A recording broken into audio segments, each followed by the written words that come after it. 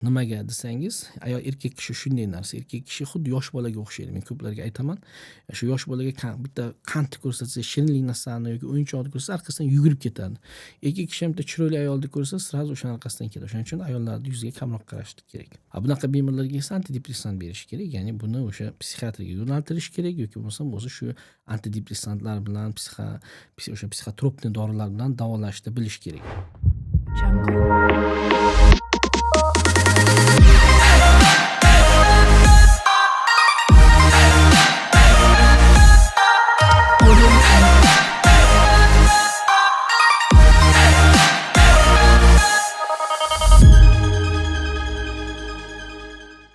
Assalomu alaykum hurmatli obunachilar. Sizlar bilan diplomli vrach-urolog, androlog, xirurg-urolog, vrach ultrasvuk diagnostika Erkinjon Yo'ldashev. Hurmatli obunachilar, bugungi bizni video lavhamiz yana jinsiy yuqumli kasallariga bag'ishlangan va jinsiy yuqumli kasalliklarda asorati, ularda qanday paydo bo'lishligi va klinik holatlar, ya'ni tajribamda shunaqa holatlar qanday uchrab turadi va shu haqida bugun gaplashamiz. O'tgan video lavhada men aytdim o'sha klinik holat haqida, bir bemor haqida, işte o'zini o'sha gonoreya kasalligi, yiring oqqanda, sidiyulni yiring oqqanda furatselinni rastvori bilan yuvgan va mana shunaqa asoratlar olib kelgan va kelasi video lavhada aytdimki, bir bemor 48 yoshlik bemor yoki 49 mi esimda yo'q. Ishqilib shu 46 dan o'tgan bemorni haqida aytamiz dedim. Bu bemor bizga murojaat qilib keldi. Bemorda o'sha bir qizga borganman deb aytdi bizga va qizga borganimdan keyin hamma analizlarni topshirdim. Ya'ni birorta deydi analiz qolmadi. VIH, gepatit B, gepatit C. Qizlarga qachon borgansiz desa, 1 yil oldin borganman. Shu vaqtgacha o'sha borganimdan beri o'zimda halovat yo'q, depressiyada, постоянно o'ylaydi va shu natijasida bormagan doktor qolmagan. Kimga borsa o'sha infeksiya yo'q deydi, lekin bu ko'ngli to'ymaydi. Yana boshqasiga borib, yana analiz boshidan topshiradi. Va bunaqa holatda biz meditsinada ipokondrическое расстройство deymiz. Ipokondrическое расстройство shundayki, odam o'ziga o'zi kasal o'ylab oladi miyasida, shu bilan yuraveradi. Boshqa vrachlarni boshini garang qilib, vrachlar ham tushunmaydi bu nima holatda. Agar shu kasallik haqida ma'lumoti bo'lmasa, ipokondrическое расстройство u ham analiz oladida, "Ha, yaxshi ekansan" deb achchig'i kelib so'kib, yana haydab yuboradi. Bunaqa bemorlarga esa antidepressant berish kerak. Ya'ni buni o'sha psixiatrga yo'naltirish kerak yoki bo'lmasa o'zi shu antidepressantlar bilan, o'sha psixotropniy dorilar bilan davolashni bilish kerak. Va biz bemorda albatta, ya'ni biz aytdikki, uni ko'ngli to'yilish uchun o'sha analizlar 6 oy oldin topshirgan ekan. Lekin 6 oyda yana shunaqa miyasi o'tirib qolgan, 6 oygacha bormagan, doktor qolmagan. Biz aytdikki, mana yana analizlarda mana bu jinsiy yuqumli kasallik, VIH, gepatit B, gepatit C как раз 1 yil o'tgan bo'lsa, VIH kasalligi, ya'ni SPID kasalligiga olib keluvchi kasallik 1 yilgacha aniq bo'ladi. 3 oyda, 6 oyda, 9 oyda, 12 oyda. Ungacha yashirin davrda inkubatsionniy period degan narsa bor. Shu davrda o'tishligi mumkin. Va biz aytdikki, shu analizlarni topshiring, mayli mazokda ham ko'raylik. Va ko'rganimizdan keyin men aytdimki, bemorga hammasiga aytamanki, "Ha, mayli mana bular ish bo'pti, shunaqa ish qilibsiz, sizni tushunsa bo'ladi" deyman. Chunki haqiqatda ham qiyin ko'plarga. Ya'ni odamlar bir haftada bir marta jins aloqa qilsa yetadi. Bir xillar kunga jins aloqa qilmasa, sochidan ham teri chiqib ketadi. Ya'ni bu odamlarga o'rganib qo'ygan. Lekin shunaqa jins aloqa qilib kelib turib, bu yerda hech kim yo'qmi?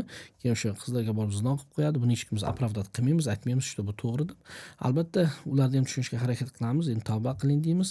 Alloh kechiradi deb aytamiz. Ya'ni zino qilibsiz, endi ya'ni bu kechiradigan narsa. Biz uni xudo emasmiz. Bizga doktorning oldiga bizga yordam so'rab kelgan. Lekin uni oldini olishda biz aytamiz, shunday qiling. Lekin men aytdimki, hamma bemorlarga aytaman, to'g'ri qilibsiz. Erkak kishining ishini qilgansiz. Erkak kishi ayolga boradi. Ayolga borgandan keyin shunaqa holat bo'ladi. Lekin ayolga borishni ham to'g'ri qilish kerak. Ya'ni siz halol o'zingizni oilangiz bilan yaqinlik qilishingiz kerak. Erkak bilan qilmagansiz-ku deb aytdim.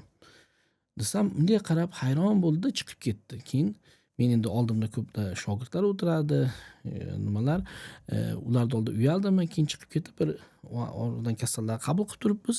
Yana kirib keldi, eshikni yopdi, qufladi.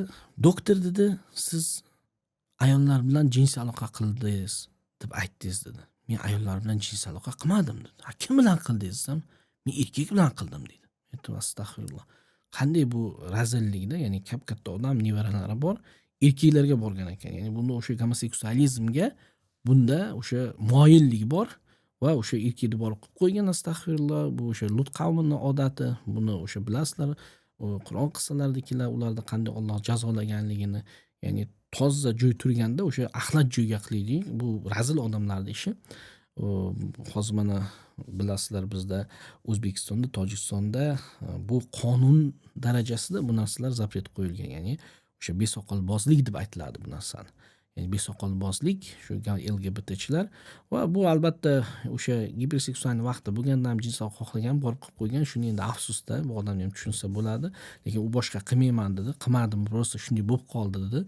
Shayton yo'ldan uribdi, tavba qiling dedi. Lekin xulosada shundayki, hissadan qissa deydi-yu, yo'q qissadan hissa deydi. Qissadan hissa shuki, hamma vaqt ham bizda aytgan gaplarimiz bemorga to'g'ri kelmasligi mumkin. Shuning uchun hozir kelgan har bir bemorga men aytamanki, to'g'ri qilibsiz, lekin o'sha ayol kishiga boribsiz, lekin buni to'g'ri qilish kerak edi. Endi erkak kishi ayol kishiga boradi, lekin точно ayol kishiga borganmiz, hatto bir xillar chiqib erkak kishiga boraman deb aytadi desam, "Yo'q, doktor, men ayol kishiga borganman, men ayol kishi, men erkakman" deydi. Shuning uchun bunaqa holatda albatta birinchi navbatda ayol kishiga borish kerak, lekin buni halol qilish kerak. Bu mana shunaqa holatlar bo'lmasin. Albatta u bemorni biz tekshirgan birorta infeksiya chiqmadi. Unda ipохондрическое расстройство va 3 oyda o'sha antidepressantlar bilan bu holatdan chiqib ketdi va yozib turibdi. Alhamdulillah, bemorda hammasi yaxshi, o'zining oilasi bilan jinsiy aloqa qilyapti va bu nimani, shu holatni, bo'lgan holatni yomon tushda eslasa kerak va albatta o'ylaymanki, Alloh bu bemorimizni ham, qolganlarini ham isloh qilsin.